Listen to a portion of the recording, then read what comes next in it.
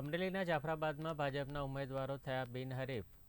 જે પ્રકારે વાત આવી રહી છે સ્થાનિક સ્વરાજ્યની ચૂંટણીને લઈને જાફરાબાદ નગરપાલિકા સ્પષ્ટ બહુમતી સાથે ભાજપનો કેસરીઓ લહેરાયો. જાફરાબાદમાં 28માંથી 16 બેઠકો પર ભાજપ થયું બિનહરીફ. નગરપાલિકામાં ભાજપના 16 ઉમેદવારો સત્તાવાર રીતે થયા બિનહરીફ. વોર્ડ નંબર 1, 5 અને 7માં કોંગ્રેસના ઉમેદવારોના ફોર્મ પરત ખેંચાયા હતા. એમએલએ હીરા સોલંકીના નિવાસસ્થાને કાર્યકરો ઉમટી પડ્યા હતા. ધારાસભ્ય હીરા સોલંકીની આગેવાનીમાં બિનહરીફ લોકોની વરણી કરવામાં આવી. પાલિકામાં ભાજપની ભવ્ય જીતને ઢોલ નાદ સાથે વધાવી લેવામાં આવી. નગરપાલિકાની સામાન્ય ચૂંટણી 2025 માટે કુલ 7 વોર્ડ માટે આપણે ચૂંટણી યોજાવાની હતી.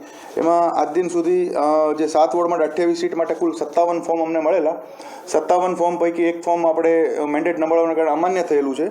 બાકીના આજ દિન સુધી જે ઉમેદવારી પત્ર પાછી ખેંચવાની છે મુજબ 17 ફોર્મની ઉમેદવારોએ પોતાની ઉમેદવારી પાછી ખેંચેલી છે.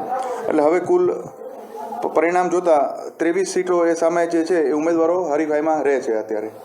અને જ્યારે 16 ઉમેદવારો છે એ બિનહરીફ જાહેર થાય છે.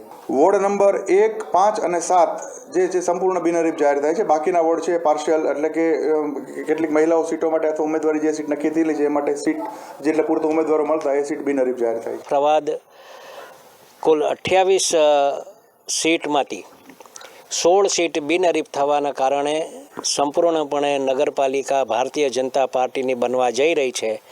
એના માટે હર્ષની લાગણી અનુભવું છું.